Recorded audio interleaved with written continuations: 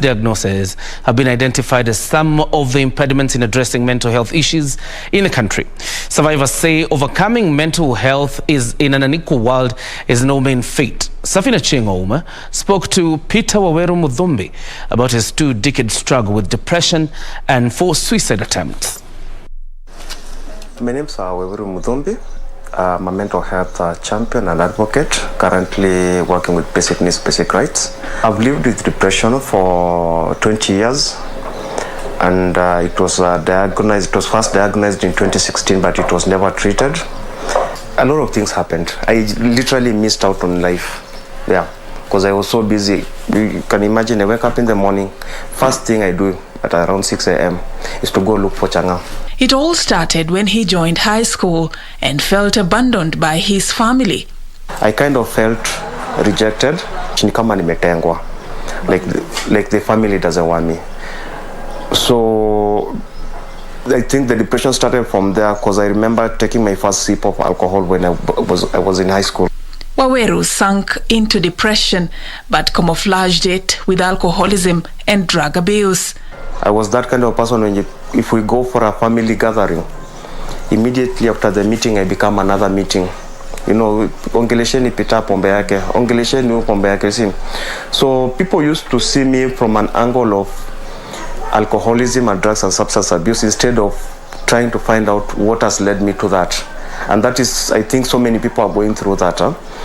When I went to the hospital, they kind of placed much of their focus on the drugs and substance abuse, and only diagnosed the depression but never treated it. For them, I think it was not a major thing. So I lived with it until the other month, the month of August, again on 26th.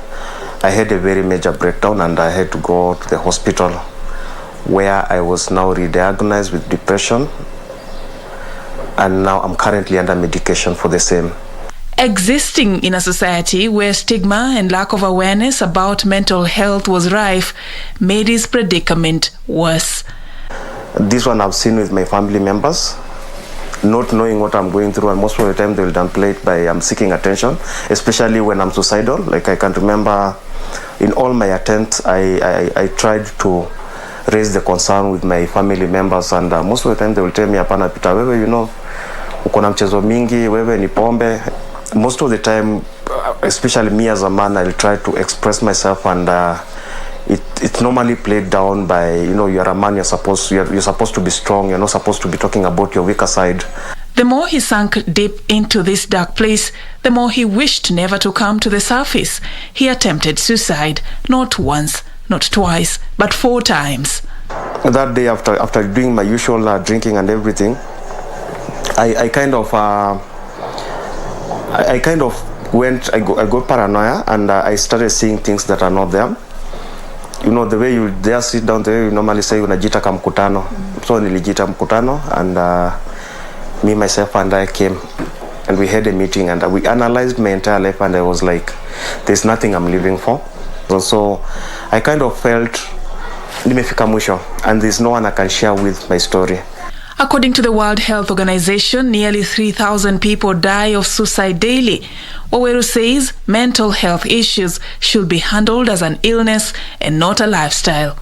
Let's say, for instance, you have malaria. What do you expect your family to take you to a hospital? So with mental health, it's still the same. World Mental Health Day is marked annually on 10th of October to raise awareness of mental health issues and to mobilize efforts in support of mental health. Interesting.